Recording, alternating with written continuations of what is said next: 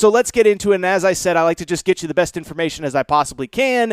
And as I also said, all lines, all over-under win totals are provided by the DraftKings Sportsbook. Let's go to what I deem to be the best bet in this division. And you might even laugh when I say this. I think Ohio State is the favorite, but Ohio State's over-under win total is 10.5. It's minus 250 to bet them at 10.5.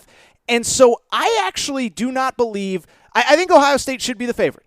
I think they're going to go 11-1 or 12-0. But in terms of the best actual bet, I'm actually going to go in a little bit of a different direction. I'm going to say Michigan over 9.5 wins is my single favorite bet of this division, of this season in 2022 entering. And it's not because I'm some Michigan homer and, oh my goodness, they won the Big Ten East, they beat Ohio State, they have turned a corner, and they are the greatest program in college football. That's not what this is all about. And as I just said a minute ago, there's no bet that I truly, truly, truly love in this division. But when I look at Michigan, a couple things. If you're saying that this just isn't Michigan's year, I do understand where you're coming from. I understand that they have a quarterback situation that has to get figured out. For people who do not remember, Cade McNamara was their starter last year, was kind of a game manager. J.J. McCarthy, the true freshman last year, is probably the better long-term option. He was hurt during spring ball, and so Michigan really is entering the fall with two guys still competing for the job, no different than a year ago. And it is worth noting, Michigan did lose a ton off of last year. They lost 8 starters. That included a number 2 overall pick, Aiden Hutchinson. Dax Hill, the safety, who was a late first-round pick. David Ajabo would have been a first-round, maybe second-round pick had he not gotten hurt in the pre-draft process. So they lose a ton on defense. They lose Hassan Haskins, the running back. And I think this is the important part. They lost both coordinators coming out of last season. Mike McDonald went back to the NFL. Josh Gaddis obviously went to Miami. So that's the reason for concern. But if you're looking for why I like Michigan at that over 9.5 win total, well, first of all, history tells you that Jim Harbaugh is going to get there.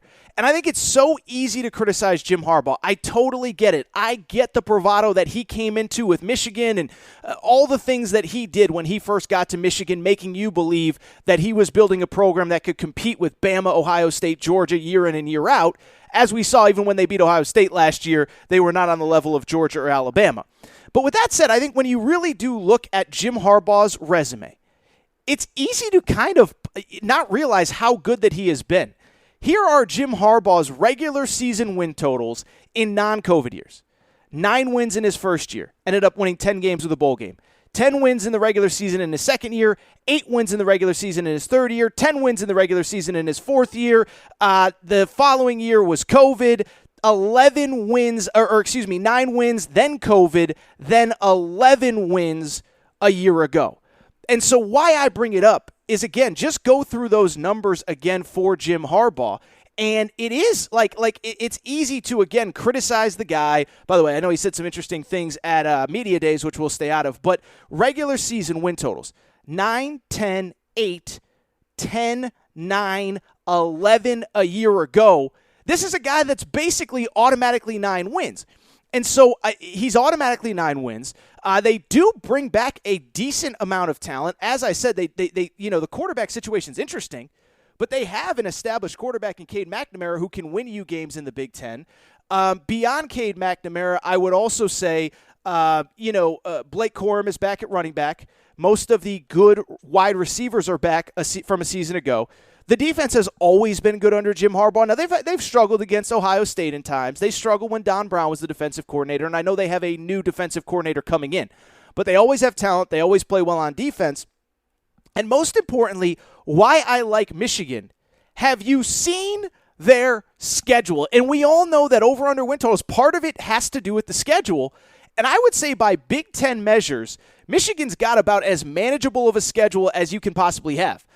And keep in mind, this is coming off a year last year where they played at Wisconsin, at Nebraska, at Penn State, at Michigan State. Those are 4 top 15 teams. And not Nebraska. Nebraska was off, but 3 top 15 teams plus Nebraska, and then obviously had Ohio State at home. Well, this year, the schedule is very manageable. When you're talking about the out-of-conference schedule, remember, Penn State plays at Auburn. We're going to talk about that. Michigan State plays at Washington. Ohio State plays Notre Dame at home. Here is Michigan's out-of-conference schedule. Colorado State, Hawaii, and my UConn Huskies. For people who don't know, I went to UConn. I love Jim Mora. I think he's going to do good things there, but they're going to get slaughtered in the Big House. 3 out-of-conference games, Colorado State, Hawaii, and UConn. They play 8 home games total, they being Michigan. And the road games, yes, they play at Ohio State, and they will have a tough game at Iowa, but their other 2 road games are at Indiana and at Rutgers.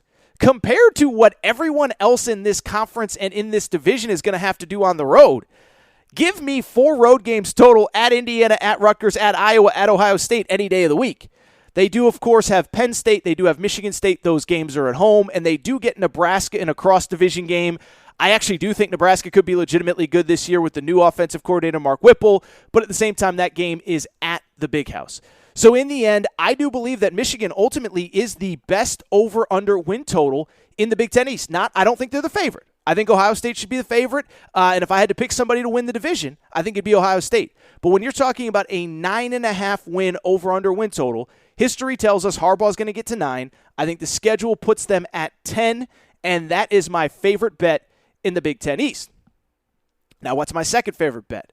Well, you could probably take a guess, but it is the Ohio State Buckeyes. And when I say that Michigan is my favorite bet, it's not to say that Ohio State is definitively going to go under, because I don't believe that at all.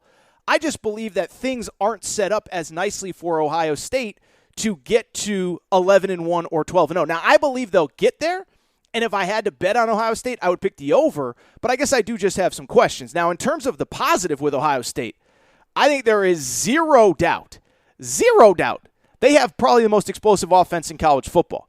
Now, Bama may get there in time, but when you talk about returning players, even Bama, they got Bryce Young, but their best running back is going to be Jahmyr Gibbs, who's a transfer, has never played a minute for Alabama. Their best wide receiver is going to be Jermaine Burton, never played a snap for Alabama. Ohio State brings back so much freaking talent, it's insane. Obviously, CJ Stroud is the guy. Right now, I think he's probably the favorite to go number 1 overall in the next NFL draft. Maybe some of you like Bryce Young. Maybe some of you even like Will Levis. Most boards that I've seen, and I don't claim to be a draft expert, have CJ Stroud going number 1 overall. The stats last year were just absurd. 4,400 yards, 44 touchdowns, 6 interceptions. And oh, by the way, the last time that he played, how about this? 573 yards, 6 TDs, 1 interception in a Rose Bowl win over Utah. That is ridiculous. On top of him, obviously, Ohio State has the guy that I believe to be the favorite to win the Biletnikoff, Jackson Smith and Jigba. What a special talent. I mean, go back to last year. Garrett Wilson, top 10 pick of the New York Jets. Chris Olave, early first-round pick of the New Orleans Saints. Both of those guys universally agreed that Jackson Smith and Jigba was the best wide receiver on that roster. That shows you how good Ohio State was in the receiver room last year and how good Jackson Smith and Jigba is. Again, just go back to the last time that he played a game. In the Rose Bowl, 347 yards receiving, a Rose Bowl record, Ohio State record. 3 touchdowns. By the way, there was one that he was running in for, which would have been a 4th that got stripped right on the goal line. The guy is absurd, and obviously we saw in the Rose Bowl the talent around him. Marvin Harrison Jr. was awesome. Emeka Ibuka, the former number 1 wide receiver in high school football, is awesome, and obviously Julian Fleming has a chance to break out. And that doesn't even include, by the way, the running back position in Travion Henderson, a guy that I think we all think could be, frankly, in his own right, a Heisman Trophy candidate as well, coming off an incredible first season at Ohio State. So when you talk about probably the best combination of wide receiver, running back, and quarterback, at least returning established guys that we know, I think there is no doubt that it is those 3. I didn't even mention Travion Henderson, 1,200 yards and 15 touchdowns as a true freshman last year. Now, why I don't feel like totally on board with just blindly betting the over. And again, if I was betting either side, I would take the over. It is that defense, and I know Ohio State fans will sit there and say, well, we got a new defensive coordinator, Jim Knowles. You're 1,000% correct, and I am very excited to see what he does with Ohio State. But it is worth noting that it's really been 2 years now that Ohio State has struggled on the defensive side of the football. Now, I understand. Kerry Coombs was the defensive coordinator. He's out. He's gone. But just because you have a new defensive coordinator, it doesn't automatically mean that you're going to take a step up. And this is a team that finished right around the middle of the pack nationally on the defensive side of the football the last 2 seasons. 59th in the country in total defense each of the last 2 years. Now, there's plenty of talent, but I got to see it before I get too excited. And never forget, this was a team against the 3 best teams that they played last year.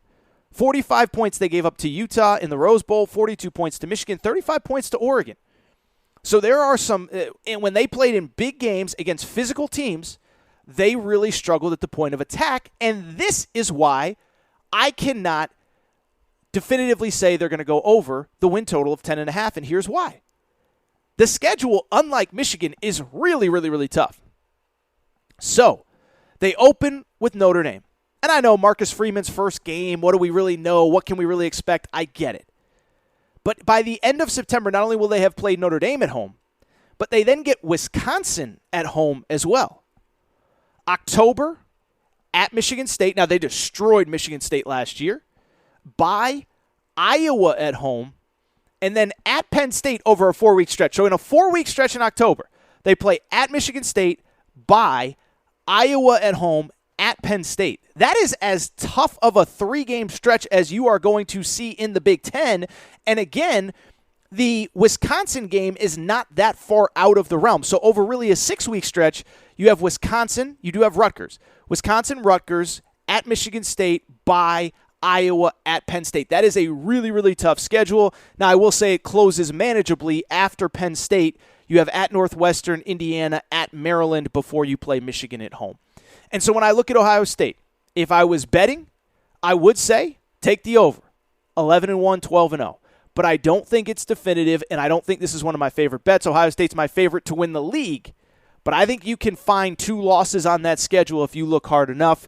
And I'll tell you this, just from they're a fascinating team because 10-2 last year was unacceptable. Imagine if they go 10-2 this year and don't win the division. Just something to think about. All right, that's what I would do. I do want to take a quick break. I do want to come back and hit on the rest of the division. And I'll tell you this, fascinating. Penn State is fascinating. Michigan State is fascinating. And we'll also hit on Indiana, Maryland, and Rutgers. I'm going to take a quick break. I'll be right back.